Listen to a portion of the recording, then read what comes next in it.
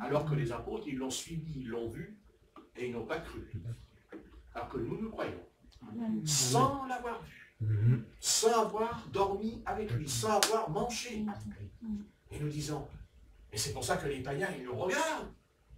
Alors, ils ne veulent pas nous vexer, mais quand on leur dit le Seigneur, ils nous regardent, il est complètement givré. Elle est givrée. Elle me parle de Jésus. Mais il est où son Jésus? Il est venu il y a 3000 ans, Jésus. Et l'autre, dans la rue, ah, venez à Jésus, Jésus, le Seigneur Jésus, il est ressuscité. Bon, on ne va pas leur faire de la peine aux chrétiens. Ils sont déjà assez malades comme ça quand on les entend. N'en rajoutons pas. Mais oui, mais si vous réfléchissez. Écoutez, excusez-moi. Moi, je me rappelle, la première fois qu'on m'a parlé de Jésus, moi, j'ai frappé le pasteur. J'ai pris les chaises et j'ai foutu les chaises sur sa figure, à celui-là. J'ai mis complètement malade, ce type. Il me parle de Jésus. Après, il me dit que Jésus l'a guéri parce qu'il était paralysé. J'ai dit, mais il est fou. Puis après, il m'a dit, viens là. J'ai dit, attends, tu m'appelles encore? Je te fous les chaises sur la figure et tu m'appelles. Mais tu vas voir, je vais t'en foutre des chaises, moi, sur la figure. Je vais t'en foutre, moi, des chaises sur la figure. J'étais dans le foyer à Capelette, dans le foyer des voyous. Alors que les voyous, ils étaient autour de moi, et ils faisaient, vas-y, Bart, vas-y, Bart, vas-y, Bart. Je m'appelle Bart. Et alors, vas-y, Bart. Hein, alors moi, je suis, alors vas-y, je serais bien, j'ai le malin, j'ai le malin, le caïd. Hein? Eh oui. Et alors, à un moment donné, j'ai dit, écoute, t'as été guéri, arrête ton cirque. Hein. Et alors, il ouvre son portefeuille, il ouvre le portefeuille, il sort les photos, et il me montre qu'il était paralysé. Alors, j'ai dit, ouais, il est debout, là. Debout. Debout, plutôt. Ouais, je me rappellerai de son nom, il est mort maintenant. Il s'appelle le pasteur Duc. Duc, il s'appelait. Il habitait vers Plan de Culte là-bas. Ouais. Et alors, il me montre les photos, il dit, ah, j'étais bien paralysé, tu vois, ah ouais, tu es paralysé, ça, ouais. Ah, t'es debout. Et alors, mais comment t'as fait pour être guéri? Qu'est-ce que t'as fait pour rigoler, pour rire, je pourrais dire, tiens, t'as bu la potion Astérix Obélix, hein? Non. Il m'a dit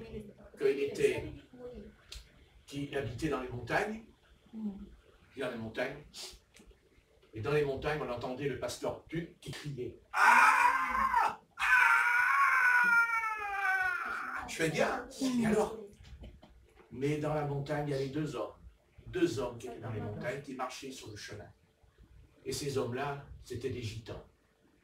C'était des gitans, des manouches. Deux pasteurs manouches qui étaient ensemble.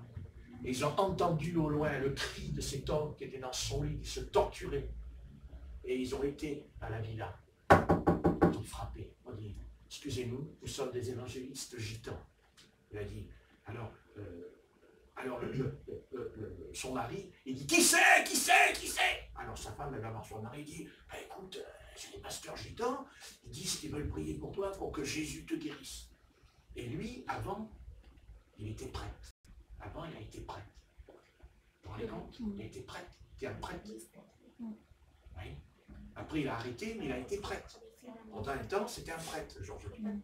Pasteur Georges Louis. Et alors, il dit, oh, on va laisser rentrer, on verra bien. De toute façon, ça ne me fera pas de mal, ça ne me fera pas de mal, ça ne me fera pas de mal. Après tout, hein, vous savez, quand on va crever dans le lit, ça ne fait pas de mal. Après tout, hein, on est à pointe à la fin. Et alors, les deux pasteurs gitans, et je me rappelle les deux pasteurs, il y en a un qui s'appelait le pasteur Jacob, et l'autre, c'était le pasteur Raoul Espilas. Et ces deux pasteurs rentrent dans sa chambre et ils prient pour lui. Au nom de Jésus-Christ, je guéris! Au nom de Jésus, t'es guéri! Et puis, le pasteur il dit, je suis guéri. Oh, non, je ne suis pas guéri. Bon, je me lève. Alors, le pasteur Jacob, il dit, mais lève-toi, au nom de Jésus, lève-toi! Je ne peux pas me lever, moi. Je ne peux pas me lever. Voilà. Alors, les deux pasteurs sont partis, ils sont rentrés. Et dans la nuit, sa femme, elle dort. Et lui, il dort aussi, c'est évident. Et sa femme, elle se réveille. Et elle met la main comme ça sur le bord du lit pour voir si son chéri, il est encore là. T'es là, chéri?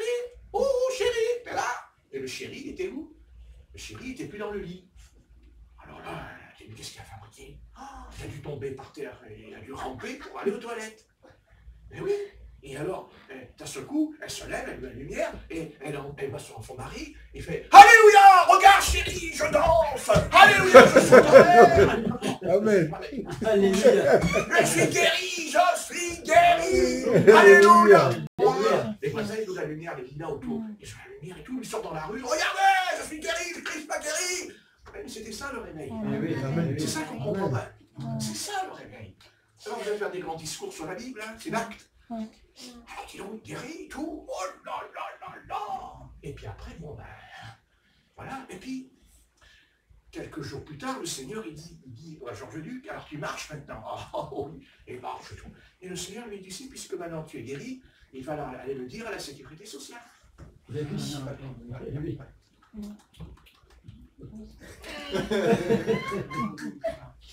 Tu vas lui dire à la sécurité sociale. Parce qu'il avait une pension. Et le Seigneur lui dit, ben, il faut aller dire que tu n'as plus besoin de la pension. Puisque tu es guéri. Alors il dit au Seigneur, oui, mais comment on peut s'arranger, on peut s'arranger. On va faire une petite alliance entre nous deux. Enfin, je suis guéri, il ne faut pas le dire. Je vais perdre la pension, je vais faire ceci, ça. Le Seigneur lui dit, ben, écoute, c'est pas compliqué. Moi, c'est pas compliqué. Hein. Tu veux la pension, tu retournes dans ton lit, tu ne bouges plus. Et c'est ce qu'il a fait. Il est retourné dans le lit. Et il crie, je ne veux plus me lever. Il fait à sa femme, je ne peux plus me lever. Et sa femme, elle lui dit, mais chérie, tu sais pourquoi?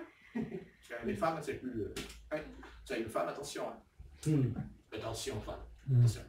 Même quand elles sont converties. Et des fois, c'est pire. Et elle lui dit, mais oui, mais tu m'as dit que le Seigneur t'a dit que c'était guéri, tu ne dois plus avoir. Alors il dit oui. Et alors, le Seigneur, il s'est relevé, il a téléphoné, et il s'est présenté.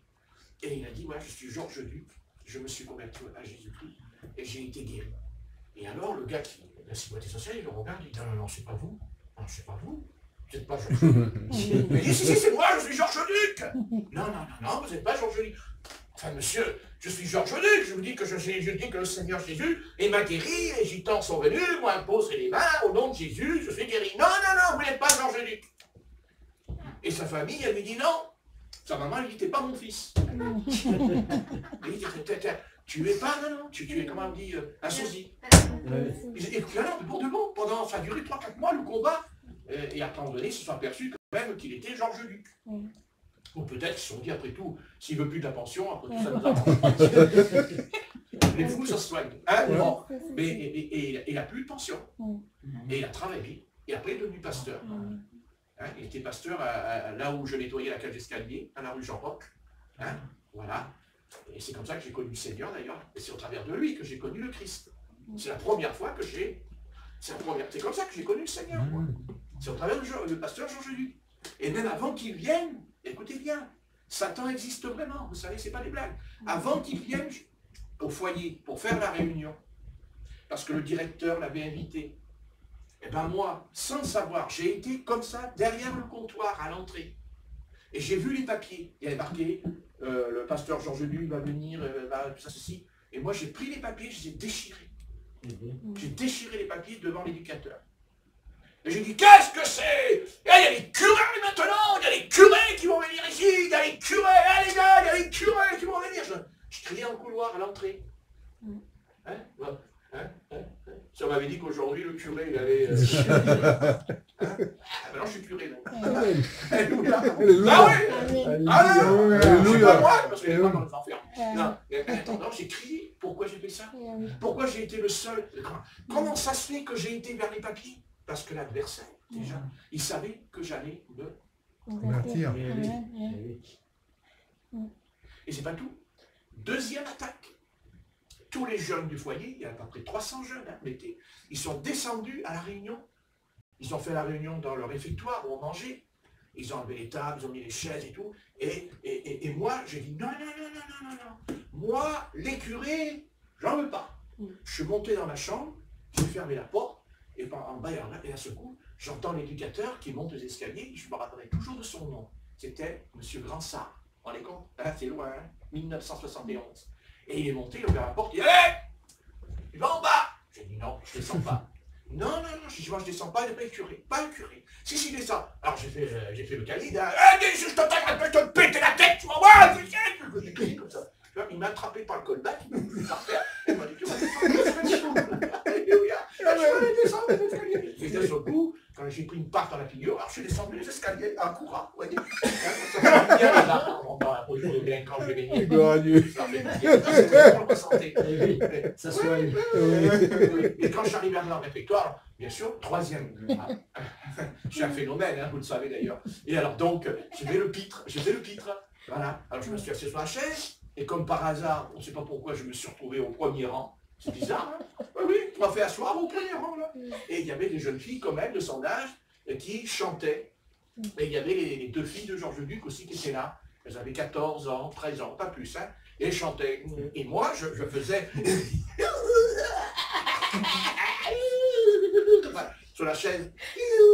Hein? Alors, elles essayaient d'être sérieuses. C'est normal. Le Seigneur Jésus t'aime, alléluia. Et moi, je faisais... Hein? Et à un moment donné, qu'est-ce que vous voulez? À un moment donné, les filles, elles ont fait... Ah, tu peux allez-y. Ah, mais vous savez, et même quand Satan ne veut pas qu'on se convertisse, hein, il met le paquet.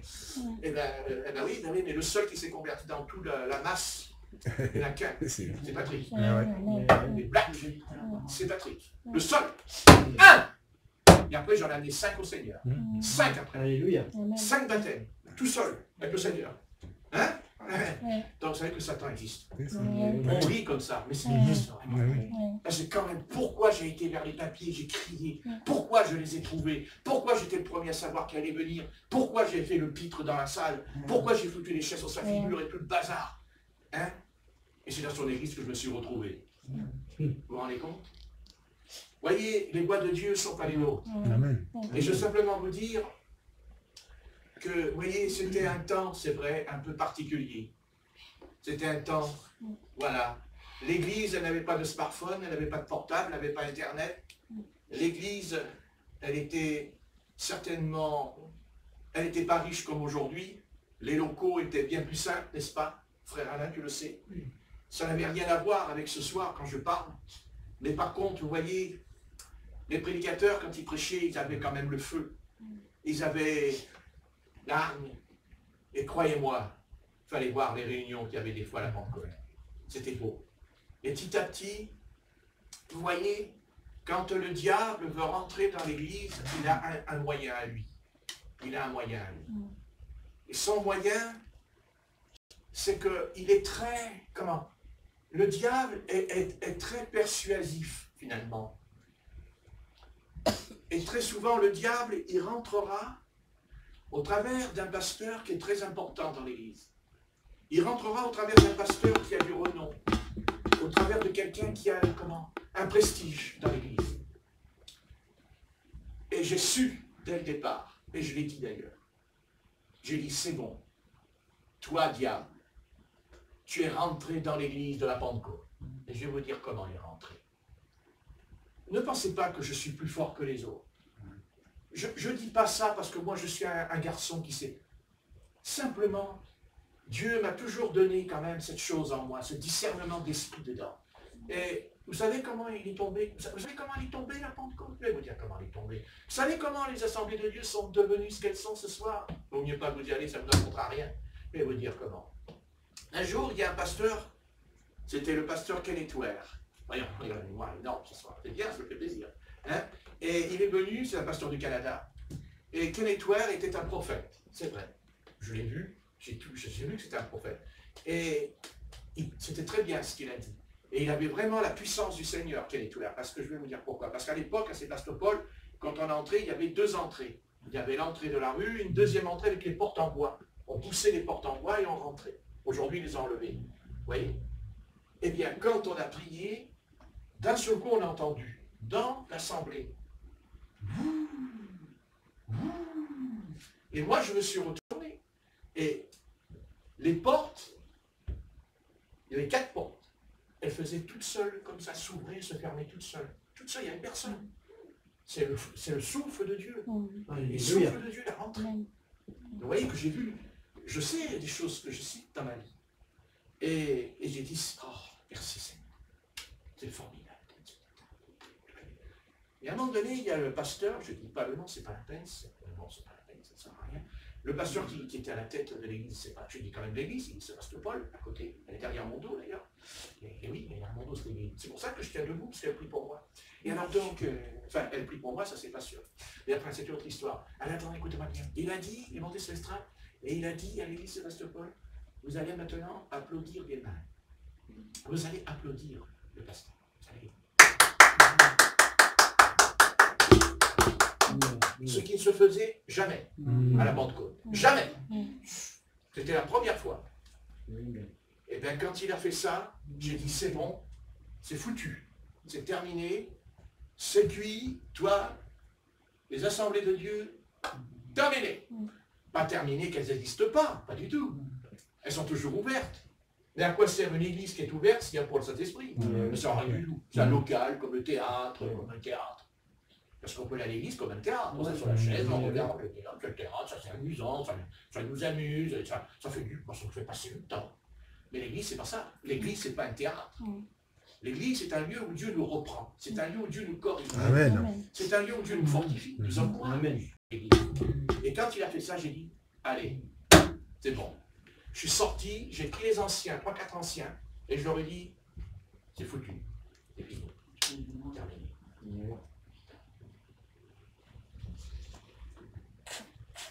Et vous croyez que ça s'est arrêté là? Non. Non.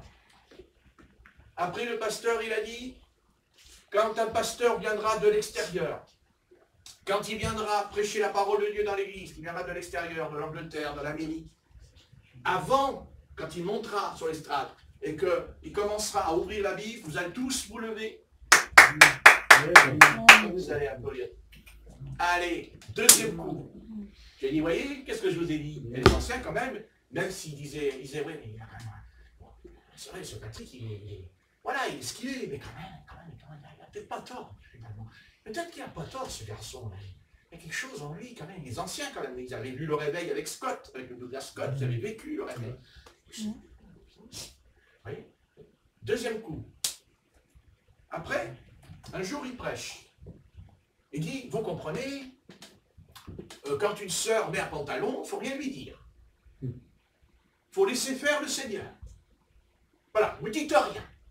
Si les sœurs se coupent les cheveux, il ne faut pas le dire. Vous ne dites rien. Erreur. Erreur. Erreur. Il faut le dire, non pas le dire 100 fois. Ah non. Et on doit le dire une fois. Parce que si le Seigneur, en prêchant la parole, s'était contenté de dire « Ah non, non, il ne faut rien dire. Il ne faut rien dire. Ah ben non, il ne faut rien dire. Je vais coucher avec une prostituée, et je dis, le pasteur, il me dit « Non, non, écoute, je prierai pour toi. Je prierai pour toi. Je vais intercéder pour toi. Je vais demander au Seigneur qui te montre qu'il ne faut pas aller coucher avec une prostituée. Mais moi, je ne me mouille pas, ma chemise. Je transpire même pas sous les bras. Tu te rends compte? Ah ouais? Et vous croyez que la personne, elle va être délivrée, elle va arrêter? Non. Maintenant, si on lui dit 3-4 fois qu'elle continue, ça c'est sa responsabilité. Mais on doit le dire. C'est vrai que c'est Dieu qui va délivrer, c'est Dieu qui nous montre qu'il ne faut pas. Mais il faut le dire quand même. Donc quand ils ont commencé à dire, ah oui, mais... Alors après, ah, mais le Seigneur, il ne regarde pas ça. Le Seigneur, il regarde au cœur. Alors j'ai répondu, oui, mais alors, si le Seigneur regarde au cœur, si je m'habille comme ça, c'est que ça vient de mon cœur, puisque c'est contre la Bible, c'est contre le commandement.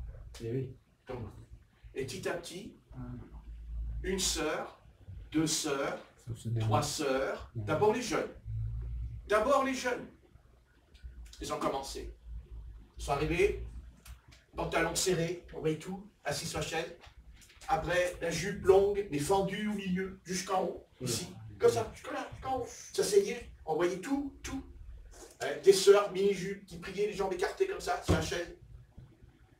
Mais c'est pas venu au bout d'1 an, c'est pas venu au bout de 3 ans.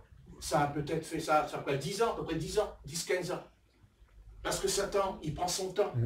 Il n'est pas pressé. Lui, il n'est pas pressé. On croit qu'il est pressé, c'est faux. D'abord, s'il était pressé, on serait assez intelligent pour comprendre que c'est lui, vous comprenez? Donc il s'arrange à ce que ça soit tout doucement, c'est-à-dire qu'il grignote. Vous voyez? C'est-à-dire que Satan, vous voyez mon bras? Satan, il dit pas, je veux ton bras. Il dit, je veux ton ongle. Ton ongle. il arrache mon ongle. Hein? Elle dit, oh mais c'est pas grave, j'ai perdu mon ongle, il va repousser. Hein? Oui. Mais second, le diable il dit, non, je veux ton doigt. Il dit, non, je veux ta main. Ah non, je veux... Ah non, et après je veux tout. Non? Ah, Rebecca, vous voyez l'esprit de Dieu, elle comprend là, parce qu'elle sait, il y a des choses comme dans l'esprit. Hein? Vous aussi, mais lui qu'elle ne comprend pas la langue. Voilà, donc faites attention de ne pas laisser les petits renards venir grignoter dans la maison. Les petites souris, Hein? Quand on était petit, on nous a dit, si tu perds une dent, tu mets la dent sous l'oreiller et la petite souris va venir. Moi je dis, ah, elle va venir la petite souris. Oui, oui, elle va t'apporter un cadeau. Hein? Tiens, il y a le Père Noël, non, il y a la petite souris maintenant. Hein? Oui.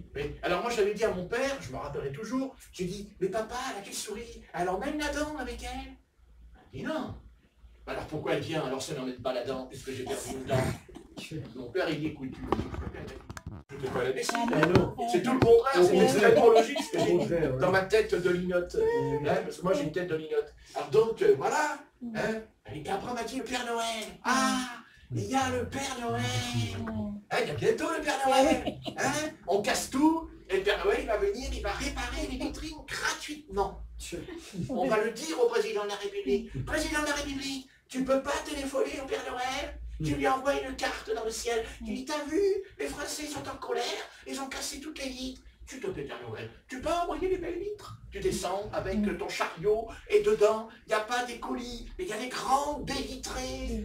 Et le traîneau va s'arrêter sur les Champs-Élysées. Il va aller vers le restaurant. Bonjour, je suis le Père Noël, je suis venu réparer ta vitrine. Oui, c'est le président de la République qui m'a la demandé. Oh, il est gentil, le président de la République. Mais il est gentil, le Père Noël. Oui. Et à la fin du mois, vous recevez la facture.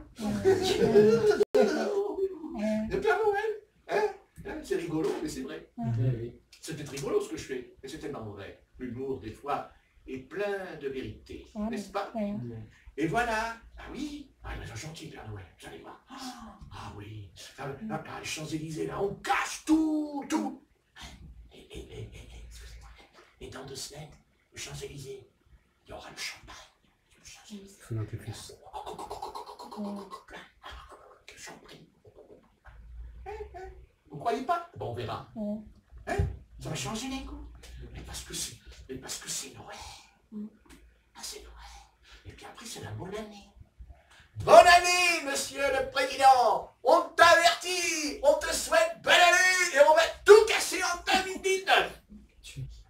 La bonne année, dis donc. Hein?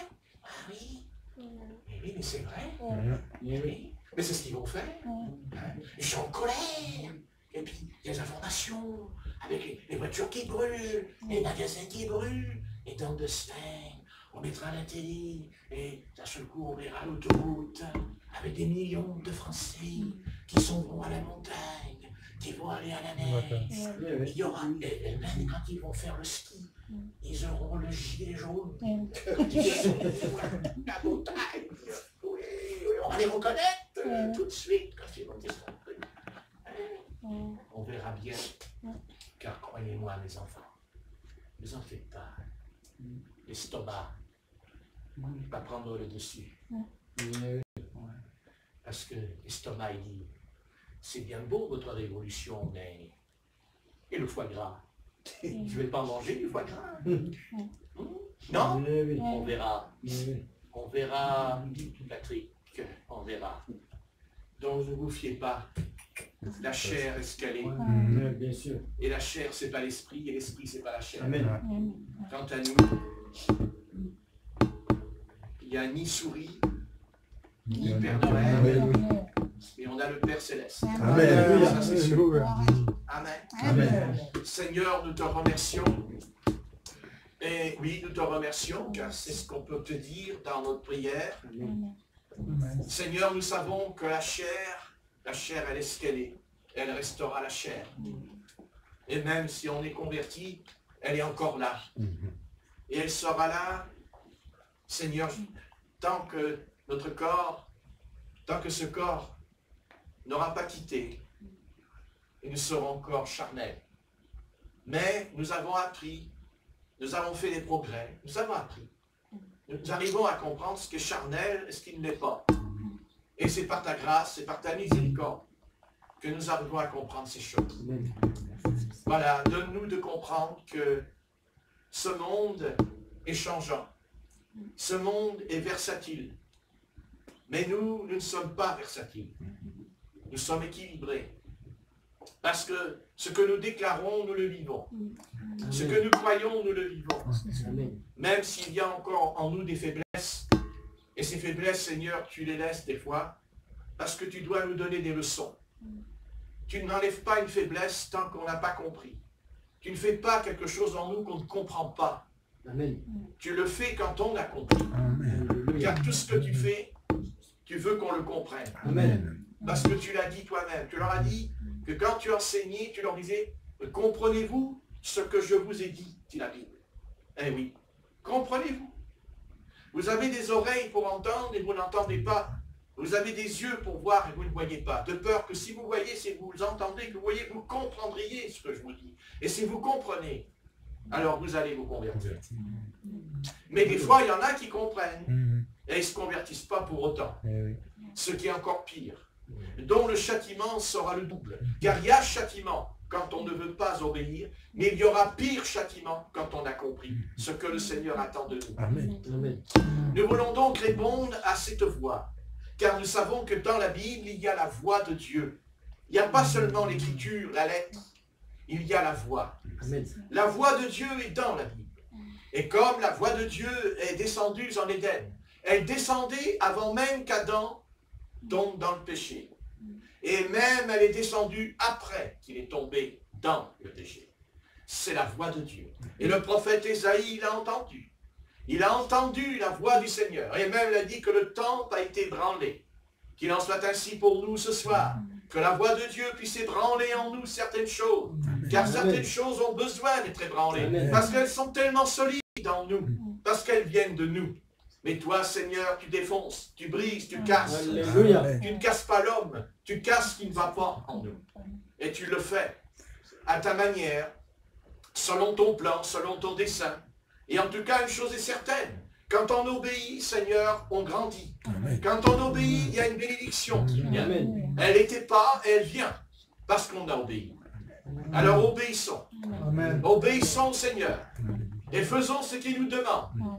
Même si ça nous paraît compliqué, difficile. Mais Dieu, même si on est fatigué, harassé, que nous importe. Nous nous remettons à toi. Amen. En confiant cette faiblesse. Car n'oubliez jamais cette chose. C'est que l'apôtre Paul a toujours dit, c'est quand je suis faible que je suis fort. Alléluia. Et ce soir, tu es faible, c'est vrai. Mais tu es fort, et forte aussi. Car crois-moi, il y a quelque chose. Quelque chose que l'on ne peut pas comprendre encore. Mais le Seigneur t'a donné cette force. Et cette force, elle agit dans la faiblesse. Amen. Mais le résultat est là. Et c'est ça qui compte. C'est le résultat. Amen. C'est ce que Dieu a fait. Et Dieu a fait ce qu'il devait faire. Et maintenant, il continue à le faire. Alors tu bénis chacun d'entre nous. Nous sommes tous à la même enseigne. Il n'y a pas ici quelqu'un qui est plus haut ou plus bas. Il n'y a pas de haut et de bas. Amen. Il y a simplement l'équilibre. Et c'est vrai que si tu accordes, évidemment, tout le monde ne peut pas être pasteur. Tout le monde ne peut pas être prophète. C'est ce que dira l'apôtre Paul. Nous ne sommes pas tous prophètes ou pasteurs. Chacun a reçu un don. Mais le Seigneur dit de demeurer dans l'appel que nous avons reçu au départ. Maintenant, tu bénis, Seigneur Jésus. Tu bénis ce que moi je ne peux pas bénir. Moi je les bénis. Je peux les bénir. Je peux les bénir quand ils ont besoin. Je peux les bénir. Je peux faire des choses qui fait que je bénis. Mais je ne pourrai jamais bénir, Seigneur, l'âme. Parce que ça, c'est ton ressort. Ça, c'est de ton domaine. De bénir l'âme. Je peux aider le corps. Mais l'âme, c'est toi. Amen. Parce que c'est toi qui as créé l'âme. C'est toi qui as mis l'âme entre l'esprit et le corps. Amen. Et cette âme t'est précieuse. Cette âme est importante. Et tu ne veux pas qu'elle se perde. Parce que nous savons que les âmes aujourd'hui sont en train de errer. Comme le dit Christ au sujet des esprits, des démons. Il dit qu'ils vont errer.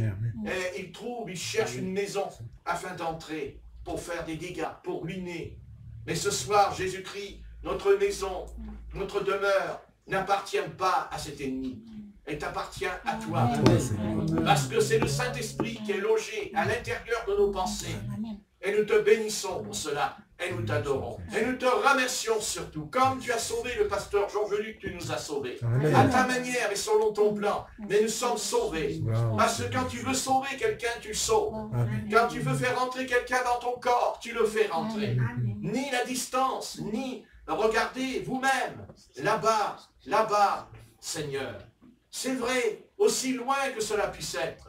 C'est vrai. Oh, tu as fait ce que tu devais faire. Amen. Et peut-être même que cette âme, qui sait que cette âme, cette Samira, qui dit qu'elle ne va pas être un instrument, il y aura une église. Amen. Une église, non Amen. pas une église comme les églises, mais quelque chose qui sera la semence comme nous ici. Amen. Quelque chose qui a été mis en terre en elle. Alléluia. Et c'est vrai qu'elle n'est pas encore prête. Mais qui dit que dans un an, nous allons rester par terre et qu'elle va amener une âme, une, deux, que c'est elle. Oh, je prie pour cela. Amen. Au nom du Seigneur Amen. Jésus-Christ. Car en Christ, il n'y a ni homme et ni femme. Amen. Amen. Amen. Alors tu l'as béni au loin là-bas. Alléluia. Et je te remets Rebecca, pardon. Amen. Et je te remets Yasmine entre tes mains. Amen. Et je te remets parce qu'elles sont jeunes. Et c'est pas facile, c'est compliqué cette histoire pour eux. Mais Seigneur Jésus, au nom de Jésus, je te prie de prendre en main la situation et de faire la lumière, la clarté là-bas dans leur cœur. Et tu bénis cette maman. Maria. Tu connais, Seigneur, le problème physique, sa santé aussi est fragile. Et je te prie de la fortifier. Amen. Au nom de Jésus. Au nom de Jésus de Nazareth. Amen. Amen. Amen. Amen. Amen. Gloire à Dieu. À Dieu. Alléluia.